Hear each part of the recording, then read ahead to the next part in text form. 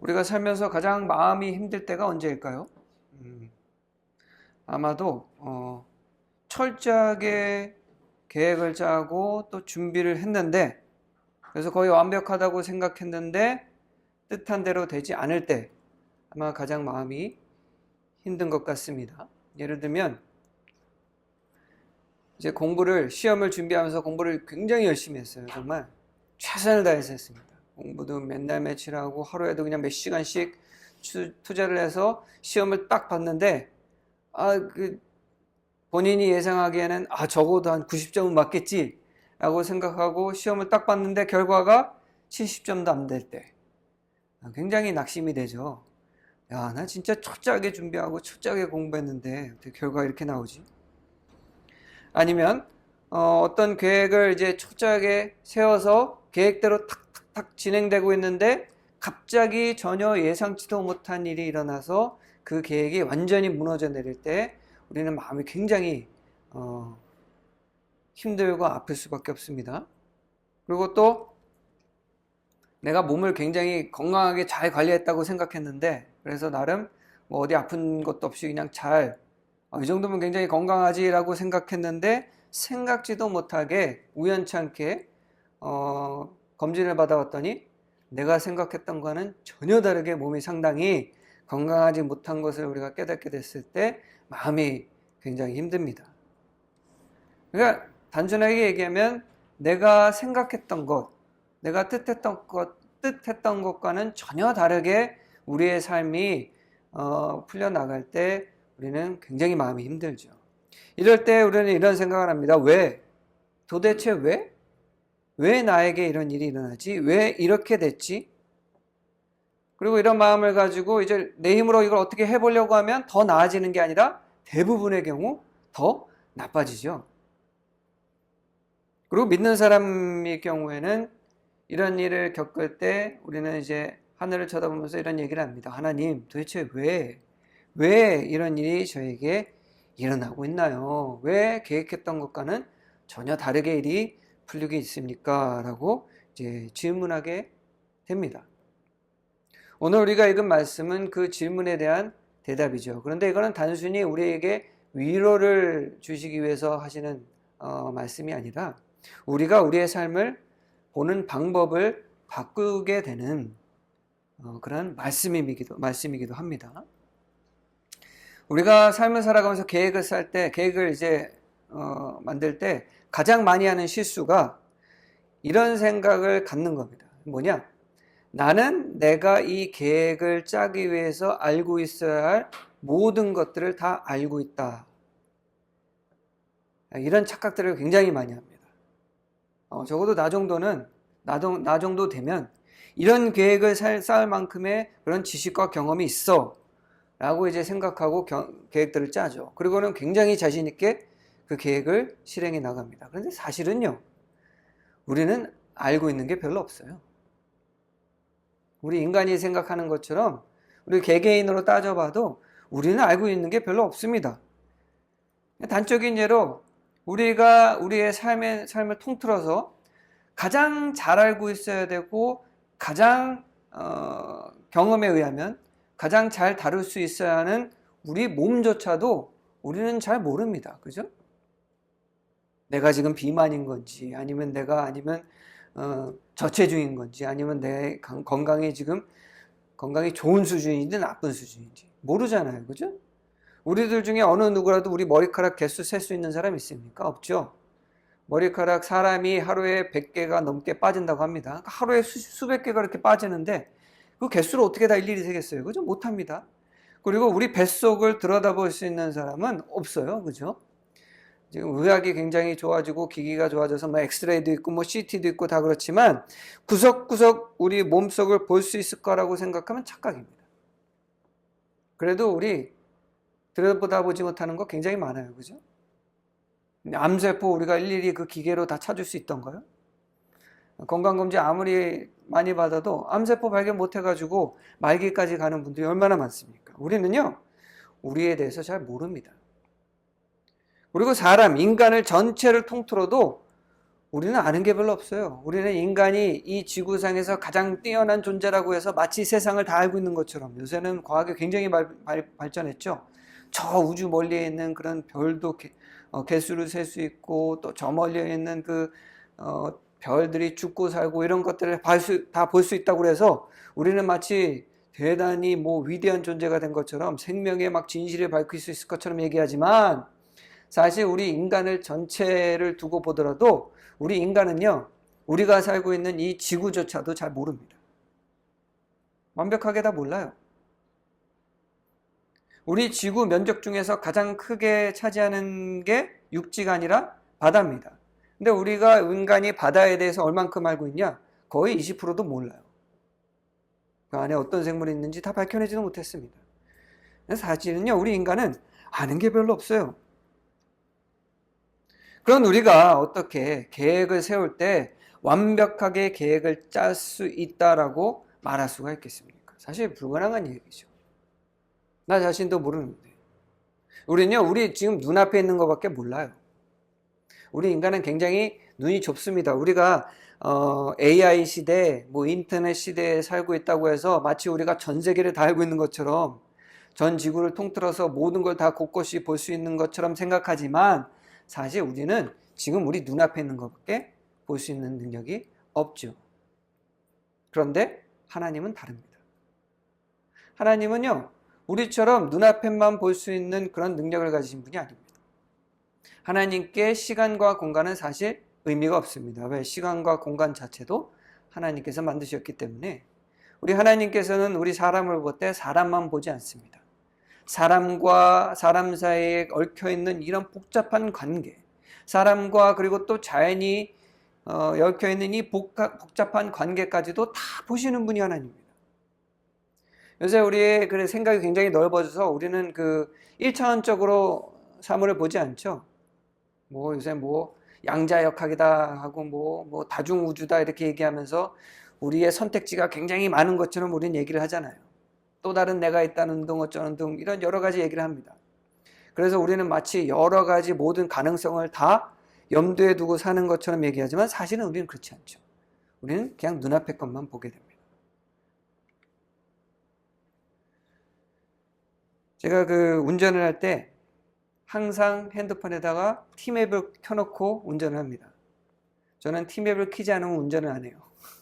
제가 매일마다 가는 곳도 티맵을 꼭 켜고 갑니다. 왜냐면 제가 길치거든요. 사실 저는 길을 외울 때 길에 있는 어떤 특정 건물이나 사물을 보고 길을 외우기 때문에 이게 길을 이렇게 도형식으로 이렇게 외우지를 못해요. 그래서 갔던 길도 자꾸 헷갈리고 그래. 어렸을 때부터 굉장히 길치였어서 항상 티맵을 켜는데, 티맵을 켜고 가다 보면은 가끔씩 내가 익숙했던 길이 아닌 다른 길로 인도를 할 때가 있어요. 그럼 이제 이런 생각이 들죠. 아니, 이 길로 가면 가장 빠른데 왜 티맵이 갑자기 다른 길을 가리키지? 이게 더 빠른데? 근데 제가 그렇게 생각하고 그 길을 가잖아요? 오래 걸려요. 왜냐?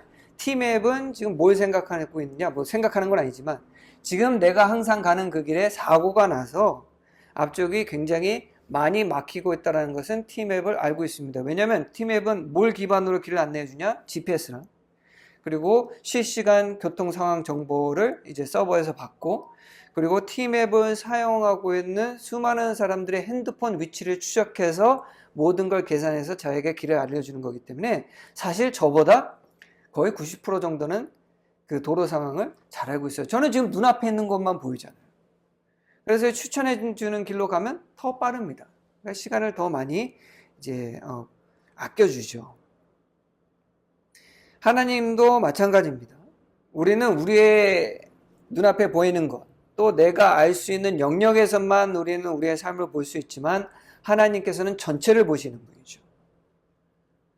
우리가 가야 할 삶의 길을 가장 잘 가르쳐 줄 수 있는 것은 그건 누구라고 우리가 알게 되는 겁니까? 내가 아니라 바로 전체를 보는 하나님이라는 것을 우리는 쉽게 알 수가 있죠.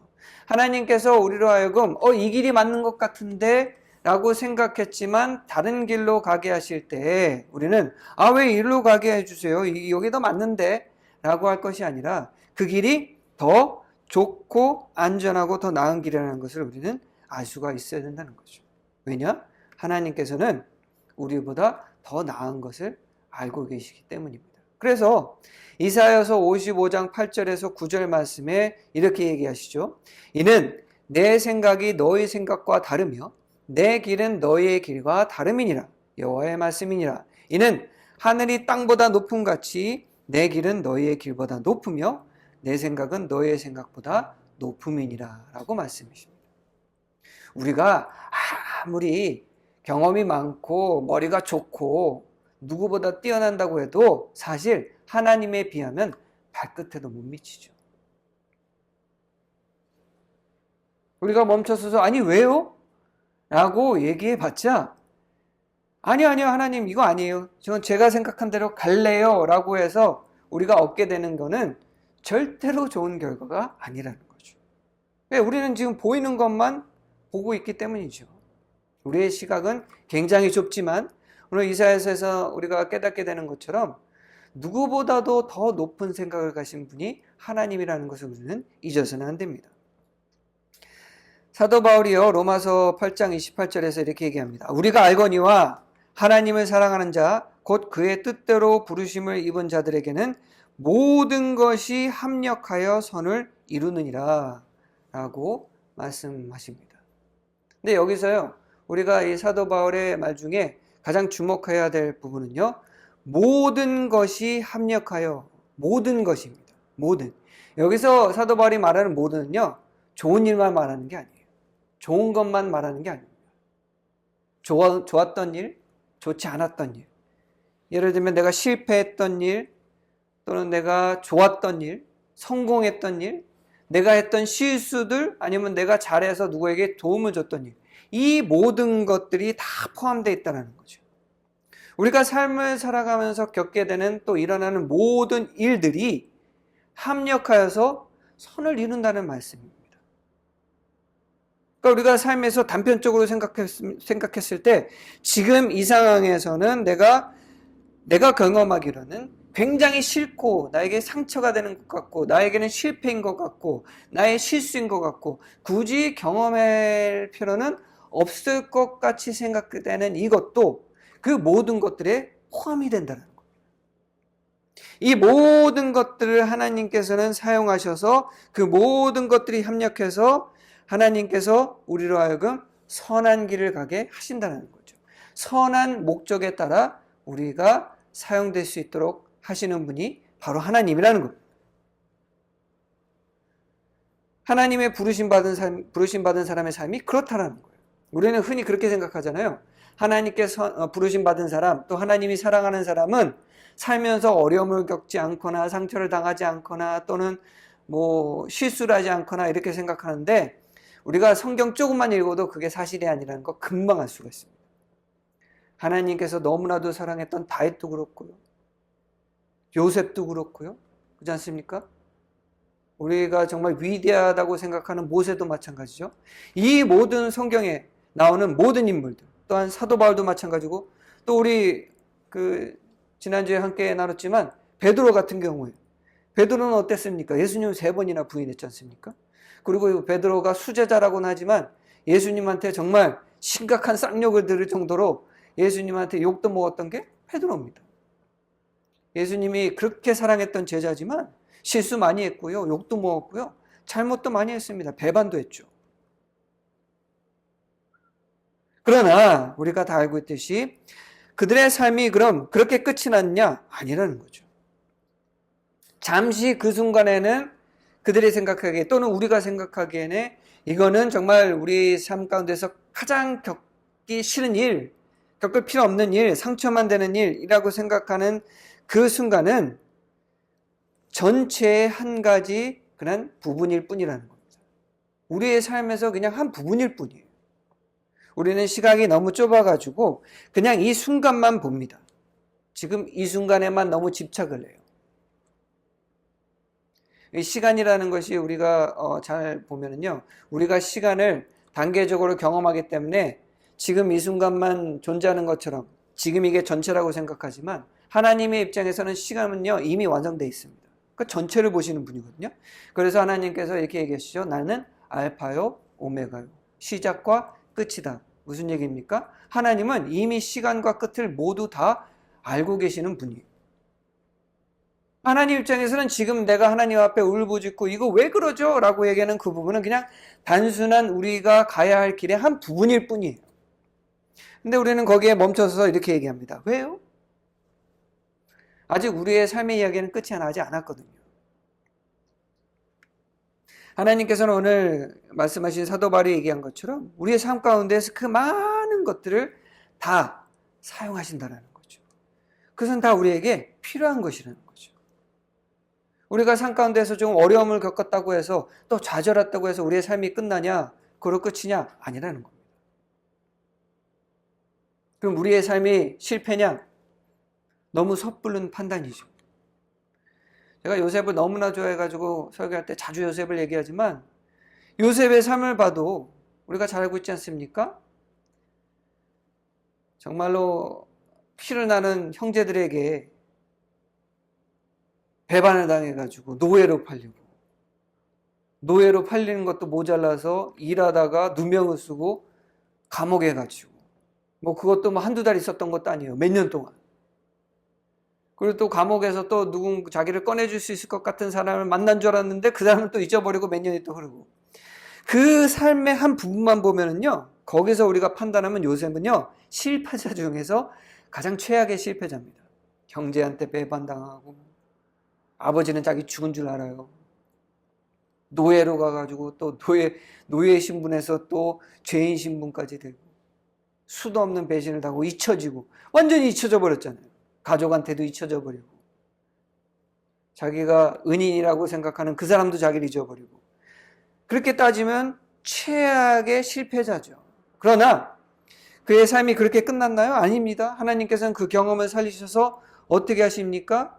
그 경험을 했기 때문에 요셉이 어떤 기회를 얻게 됐죠? 바로에게 눈에 얻게 되고 또 제2인자가 돼가지고 이집트를 비롯해 주변 국가가 큰 가뭄을 얻었을 때 모든 사람을 살릴 수 있는 그런 놀라운 일에 사용되지 않습니까? 뿐만 아니라 자기 가족도 살리고 그리고 또 이스라엘 아브라함의 자손들이 국가로 성장할 수 있는 그 토대도 요셉을 통해서 얻게 됩니다. 그래서 우리는 잘 알고 있지만 요셉은 하나님의 크신 계획에 매우 중요한 역할을 감당한 게 요셉이지 않습니까? 전체를 봤을 때 요셉은요 절대로 실패한 삶이 아닙니다. 그 한 부분만 두면 실패한 삶이죠. 베드로도 마찬가지죠. 베드로가 예수님을 3번 부인했을 때 얼마나 낙심했겠습니까? 정말 자기가 수제자라고 생각했는데 예수님을 3번 부인하고 그리고 십자가에 못 박혀서 돌아가셨기 때문에 이제 사과도 못해요. 돌아가셨잖아요. 용서받을 방법도 없잖아요. 그때 그 순간에는 제일 좌절했던 사람이 아마 베드로였겠죠.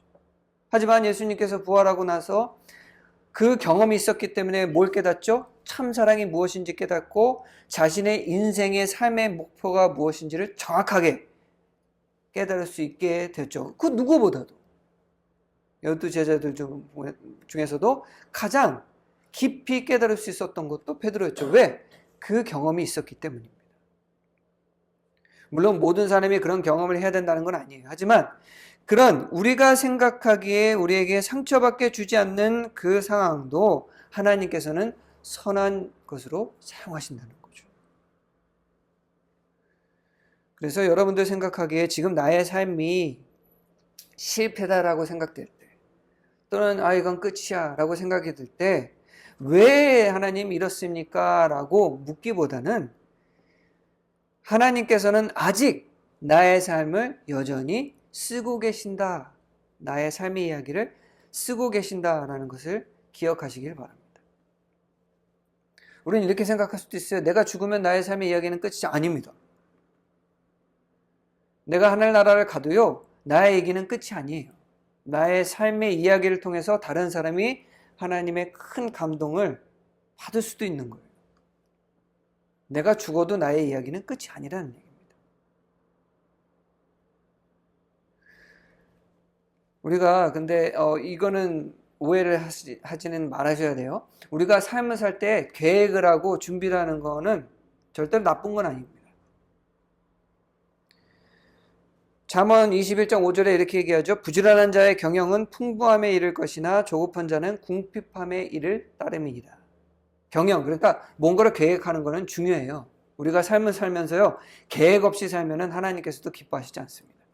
계획을 당연히 하고 살아야 되죠. 우리가 우리의 삶에 있어서 어떠한 계획을 정말 최선을 다하고 내가 할 수 있는 가장 경험 모든 걸 다 사용해서 계획은 짜야 됩니다. 그러나 우리가 우리의 삶 가운데서 무언가를 계획하고 진행을 할 때에 이건 기억해야 된다는 거죠. 뭐냐? 오늘 본문의 말씀. 사람이 마음으로 자기의 길을 계획할지라도 그의 걸음을 인도하시는 이는 여호와시니라. 이거는 잊지 말아야 된다는 겁니다.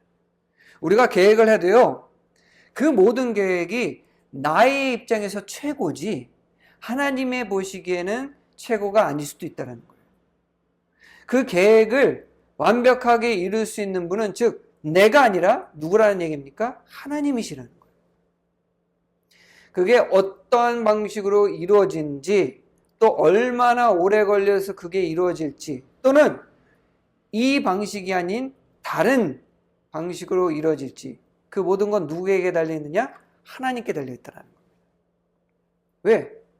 하나님께서 나보다 더 잘하시기 때문입니다. 나를 나보다 더 잘하시기 때문이죠. 그래서 우리가 어떤 기획을 일을 이제 어떤 계획을 하고 진행을 하다가 막힌 것 같을 때 하나님께서 왜 이걸 막으시지? 아닌데 이거는 분명히 준비 철저했고 나 기도할 때도 분명히 이거랑 응답받았는데 왜 이게 막히지? 라고 질문하실 필요는 없습니다. 왜냐? 사실은 지금 우리가 가는 내가 맞다라고 생각하는 그 길이 완전히 나의 목적지에서 벗어난 길일 수도 있다는 거예요. 그래서 하나님께서 바로 잡아 주시려고 그러는 거죠. 이 막는다기보다는 바로 잡아 주시는 겁니다. 사도 바울이요, 이제 선교를 할 때 서아시아를 가려고 했던 데가 있습니다. 사도 바울이 정말 엄청난 데를 많이 갔죠. 아시아 전역을 다 다니면서 이제 교회를 개척하지 않았습니까? 사실 사도 바울이 없었으면 우리도 지금 그 교회를 다니지 못했을 수도 있어요. 왜냐하면 초대 이스라엘 교회는 이스라엘에만 있었습니다. 이제 이방인에 대한 선교에 대한 뜻은 없었어요, 사실. 근데 사도 바울이 있었기 때문에 이제 전 세계에 이제 교회가 뻗어나갈 수 있었던 건데, 이제 사도 바울이 이제 기도를 하면서 아시아에서 이제 말씀을 전하려고 서아시아죠. 가려고 했을 때 성령이 전하지 못하게 막으셨습니다. 하나님께서 직접 막으신 거예요. 그리고 이제 그렇습니까? 이제 부르기아와 갈라디아 땅으로 이제 다닌 다음에 이제 비두니아라는 곳으로 이제 가려고 애를 썼는데 거기도 하나님께서 막으셨어요.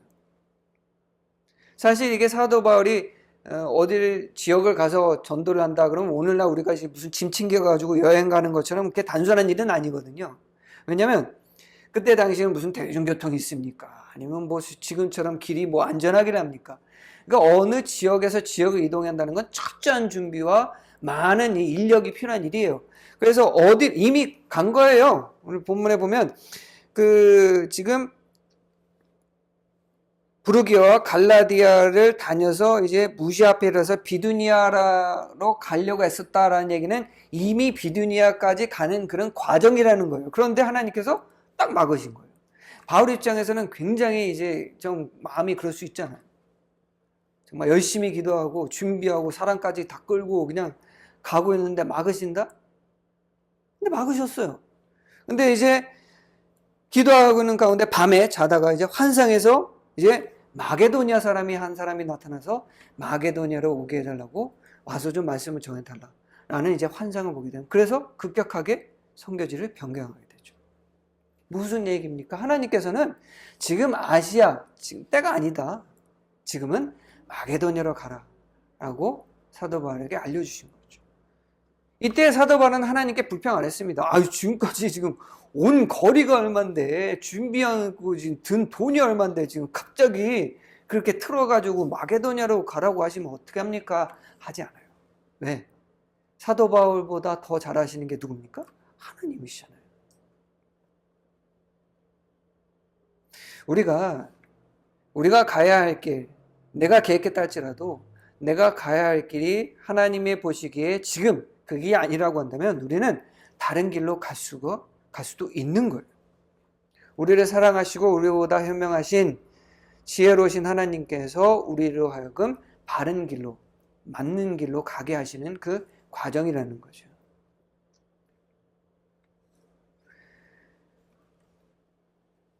고린도 후서 4장 8절에서 9절 말씀에 이렇게 얘기하고 있습니다. 우리가 사방으로 우겨쌈을 당하여도 쌓이지 아니하며 답답한 일을 당하여도 낙심하지 아니하며 박해를 받아도 버림받지 아니하며 거꾸러뜨림을 당하여도 망하지 아니하고 라고 말씀합니다. 우리가 믿음의 삶을 산다고 해서요, 우리가 싫어하는 일, 우리에게 안 좋은 일이 안 일어나는 건 절대 아닙니다. 그죠? 이게 이제 초심자들이 또는 이제 믿음에 대해서 잘못 알고 계시는 분들이 이런 착각을 많이 해요. 하나님 믿으면 항상 좋은 일만 있고 건강하고 뭐 고통받는 일 없고 그런 거 아닙니까? 근데 사실은 우린 잘 알죠? 반대죠. 믿음을 갖고 있는 사람은요, 세상에서 더 박해받고요, 더 안 좋은 일을 있고요, 더 손해를 받고 그렇습니다. 우리가 생각하는 행복하는 삶과는 굉장히 거리가 멀어요. 우리의 그런 역사를 봐도 잘 알지 않습니까? 우리 한국교회 역사를 봐도요, 누구나 다 알 수 있어요. 한국교회가 얼마나 심한 박해를 받았습니까? 얼마나 많은 사람들이 목숨을 잃었고, 초대교회와 마찬가지죠. 이스라엘 초대교회가 로마 제국에게 엄청난 박해를 받지 않았습니까? 이 믿음의 삶도 그래요. 그런데 믿음의 삶은요, 세상 사람들은 얻지 못하는 더 놀라운 것을 우리가 받게 되는 게 그게 뭐냐? 그 어떤 어려움이 있어도 넘어지지 않는 힘을 우리가 얻게 됩니다. 본문에 말씀하신 것처럼 우겨쌈을 당하여도 쌓이지 않고 답답한 일을 당해도 낙심하지 않고 박해를 받아도 버림받지 않고 거꾸리됨을 당해도 망하지 않은 힘을 우리가 얻는다는 거죠. 그게 믿는 사람의 삶입니다. 굳이 왜? 라고 물어볼 필요 없는 거예요.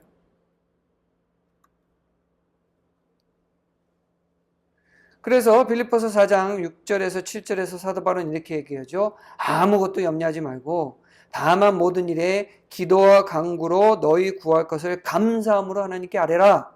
그리하면 모든 지각에 뛰어난 하나님의 평강이 그리스도 예수 안에서 너희 마음과 생각을 지키시리라. 이 말씀에서 핵심은요, 그 문제를 사라지게 해주겠다는 게 핵심이 아닙니다. 그 문제 해결해 줄 게 아니에요. 놀라운 힘을 가진 하나님께서 너희들 모든 문제를 사라지게 해줄게, 너의 병을 싹 낫게 해줄게가 아니에요. 여기서는 하나님의 평강이 우리의 생각과 마음을 지켜주신다는 얘기입니다. 그 상황에서도 세상 사람들 할 수 없는 그 상황 속에서도 강하게 마음을, 평강을 가지고 우뚝 설 수 있게 해준다는 말씀입니다. 이게 핵심이에요. 착각하면 안 됩니다. 우리나라가 80년 전에 일본의 통치에서 벗어날 수 있었던 이유도 믿음을 가지고 있었던 독립운동가들이 이 말씀을 붙잡고 있었기 때문입니다. 사실 우리 독립운동이 우리가 뭐 생각하는 것처럼 순탄한 길은 아니었잖아요. 대한독립 만세하고 외쳤던 그날 엄청나게 많은 사람이 죽지 않았습니까? 뿐만 아니죠. 그 다음에 뭐 일본이 움직였습니까? 눈꼽만큼도 안 움직였어요. 오히려 더 많이 박해를 받았지. 더 많은 사람이 죽고 더 많은 독립운동가들이 희생당했습니다. 그리고 독립운동이 뭐 잘 됐던가요? 막대한 돈이 들어갔지만 별로 효과도 없었죠. 심지어 독립운동가들이 외국에 나와서 유럽과 미국에 호소를 했지만 어느 누구도 듣지 않았습니다. 그때 당시는요, 서방 국가들은 제국주의였기 때문에 일본이 한국을 지배하는 것은 그냥 당연하다고 생각했어요. 관심도 없었습니다. 우리가 생각했던 것처럼요, 독립운동은 그렇게 순탄한 계획대로 되는 운동이 아니었어요. 굉장히 많은 희생이 있었고요, 굉장히 많은 실패가 있었고, 거의 모든 계획들이 다 실패와 배반으로 물들어 있는 그런 운동이 바로 독립운동이었습니다. 그런데 독립운동가들은 절대로 좌절하지 않았죠. 절대로 그 마음에 대한 열정과 소망을 절대로 버리지 않았습니다. 왜 그럴까요? 대부분의 독립운동가들이 그리스도인이었기 때문입니다. 이 말씀을 잘 알고 있었어요. 모든 지각에 뛰어난 하나님의 평강이 그리스도 예수 안에서 너희 마음과 생각을 지키시라. 아무리 박해를 받고 아무리 넘어뜨려도 넘어지지 않아요. 아무리 죽이려 해도 죽지를 않아요.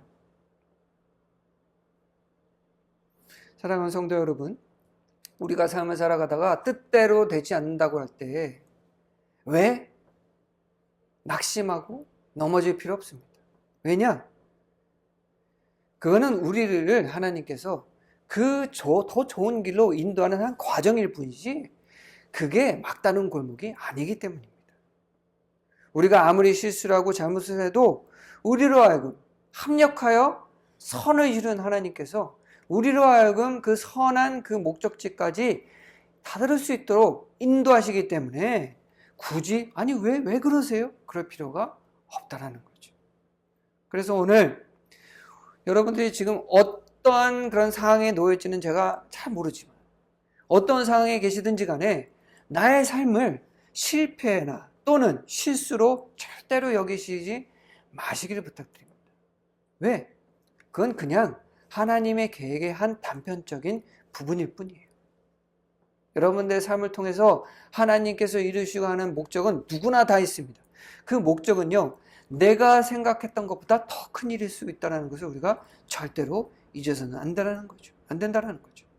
초대 그리스도인처럼 우리 이 땅에, 이 국가의 믿음의 선조들처럼 우리가 믿음의 삶을 걸을 때에 하나님과 함께 걸으면서 정말 흔들리지 않는 소망으로 가득한, 그리고 항상 자신 있는 그러한 믿음의 삶을 사는 여러분들 되시기를 주님의 이름으로 간절히 축원합니다. 기도하겠습니다.